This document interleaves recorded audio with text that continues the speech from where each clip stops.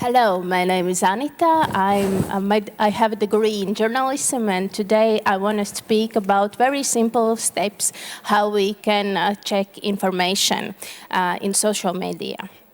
So I think my colleagues today say a lot of good things and very important things about disinformation, and I just want to once again say that media literacy helps society resist disinformation, and it's very, very important. But before we talk about false information or disinformation, we need to talk about knowledge. And there was a very big and huge study like Eurobarometer 2021, where the people from European countries ask 9 questions, like how the things work, like whether plants produce oxygen, or whether continents are always moving, or whether antibiotics kill viruses. And basically, this study reflects, so there is the questions, and the study reflects a lack of knowledge or misunderstanding of these questions among parts of public. So we can see the European results, and then we can see like Latvian, Polish, and Romania. So why I say about that?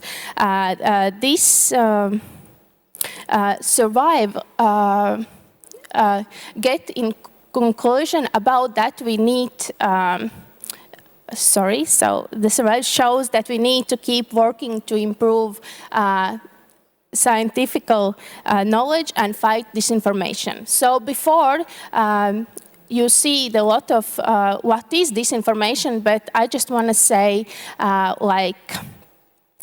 misinformation, whereas the false information is shared but not harm.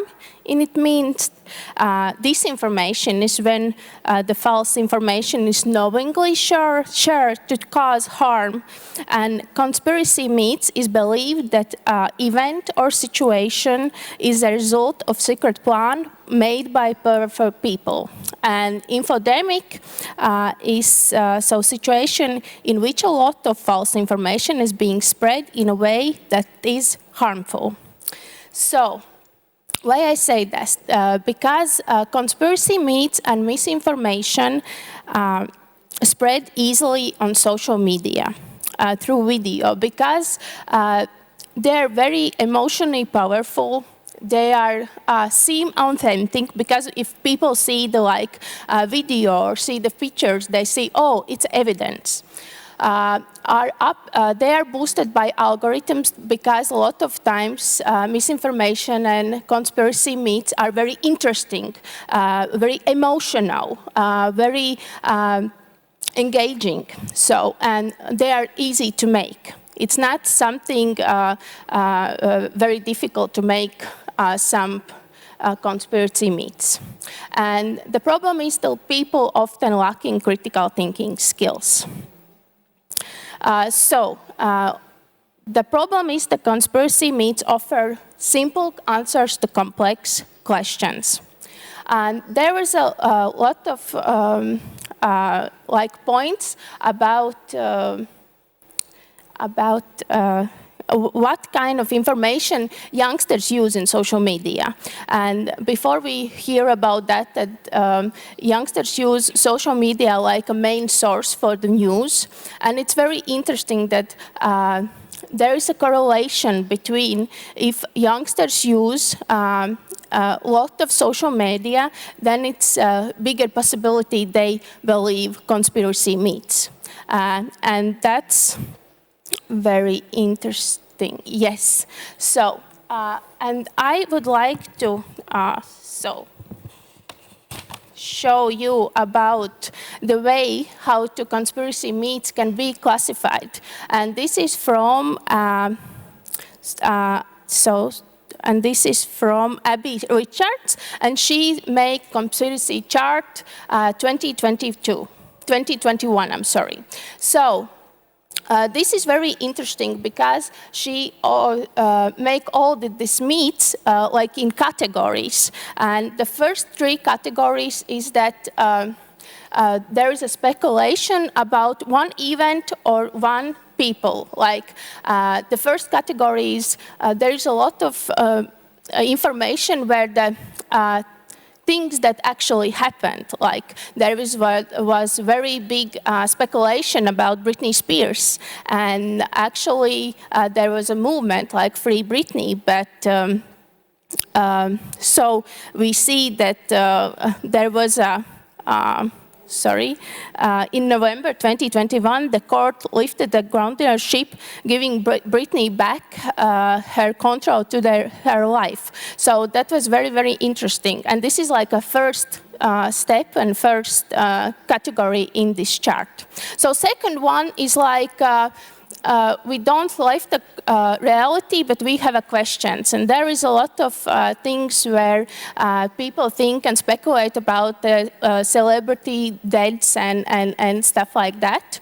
And the next one is clearly untrue, but mostly harmless, like the myth about Titanic never sank. It's not, it's how I say before, these three categories is more like one specific event or one specific person. But the next ones are more dangerous because there is more about this myth, how the world works about how the work works, and because they involved conspiracy against society to harm us, like the people. These myths are dangerous to ourselves and others, like vaccines have microchips, or there is a lot of conspiracy myths about the people think the government controlled the weather. And these kinds of conspiracy myths, there is a lot of like fact checkers and journalists who invest to education public about these kind of topics. So, and the last category is like the belief that the world is ruled by the group of evil people. So we see there is a categories about a lot of myths we can see, what we can see online. And why it's important that we think about more in these categories, because there is consequences of these conspiracy myths, and the consequences are dividing society, discrimination, hate speech. But if we talk about knowledge, then it's very, very important that these consequences are mistrust of public authorities and mistrust of science and medical information. And if we before talk about like infodemic, and if we talk about information has made harm to people, it's very, very important to understand that a lot of these myths made people to action.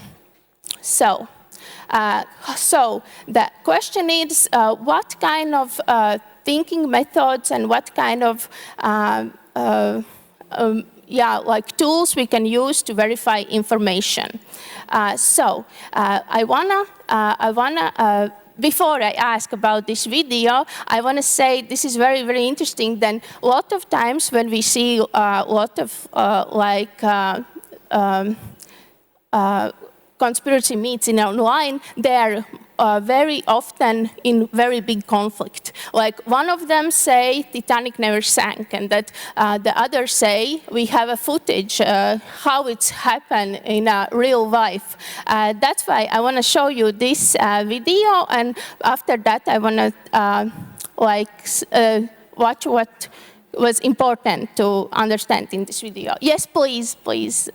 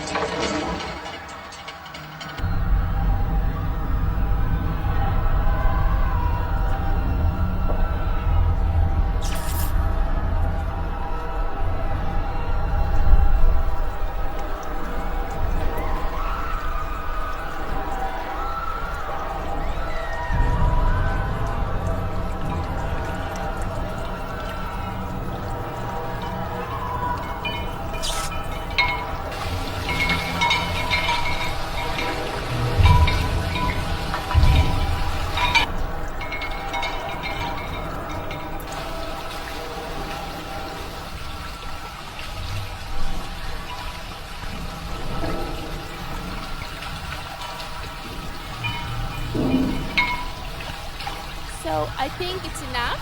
We understand the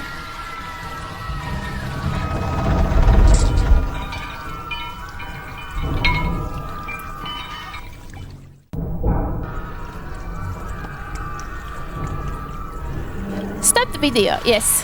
Yeah, thank you. Yes, so we understand the vibe. Yes, there is very dramatic video, and now we can think about methods, how we can think about this video, because this video get 2.3 million views, and it is not something new. Like all the times, a lot of conspiracy myths and a lot of myths come up again and again and again, and a lot of times they are already check and already like journalists and experts understand they are fake and they are check. So, but what we need to think about this video, why we need to understand how to think. So the first one is knowledge. Like we start with the knowledge, and it's very, very important. Then we understand that, like, if we think about this video, then we just understand in that time when Titanic sank, there was no way we can get that kind of quality of video. It's like the first step. The second one is attention. When we see the video, we need to understand like some interesting things like sound. If we are put attention, then we understand the sound is different than the video, and it's very popular technique to use in video. Then we put a different sound, and then we make more engaging. So, and about emotions. There is a story about this footage take, one of the people from the Titanic, and the video are ending because the people, not people, but the people who take the video are now dead or stuff like that. So this is very common to understand, and a lot of these times it starts with a very big emotion, like and if we see there is a video or there is a material where we can feel that someone is trying to manipulate with us, then it's very important. But there is a very good resource, like fact-checking resource. Why I say that? Because, like I said before, a lot of times the conspiracy myths are again and again and again, and they are nothing new, or the format are new, but not the idea is new. And it's very, very important. Then we know where we can start, and then we know what kind of information we can collect, and we don't need to start from the beginning. Like there is very, very good tool by snopes.com. It's a fact-check website, but it's very good for youngsters because why? Because they are a lot of times focus is like celebrities, internet news, a lot of conspiracy myths, what is like in social media, what is actual right now, like about technologies, about IE, on a lot of this kind of topics what youngsters is interested. And the second one is very interesting. So how can you use that? You just go to Snoops and then you write like these words about like Titanic sinking.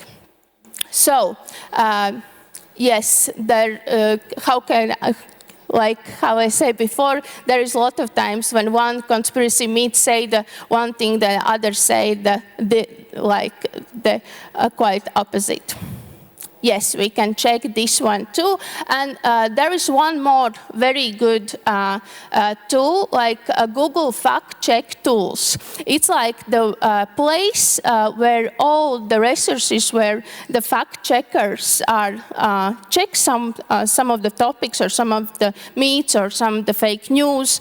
They put in this tool, and then we don't need use our time to research from the beginning, but we can see what in the different countries fact checkers are done before, and then we can start from that point. Yeah, so yeah, and of course, this was the two very, very good tools. And of course, the big challenge for us is IE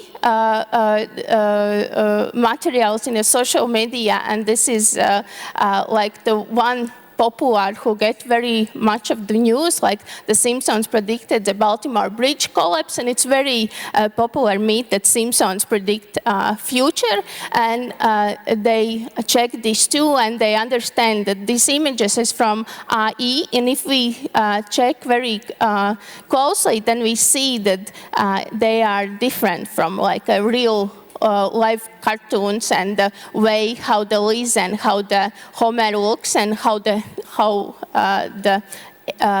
hair looks. So, yes, what I want to say about these topics was. So.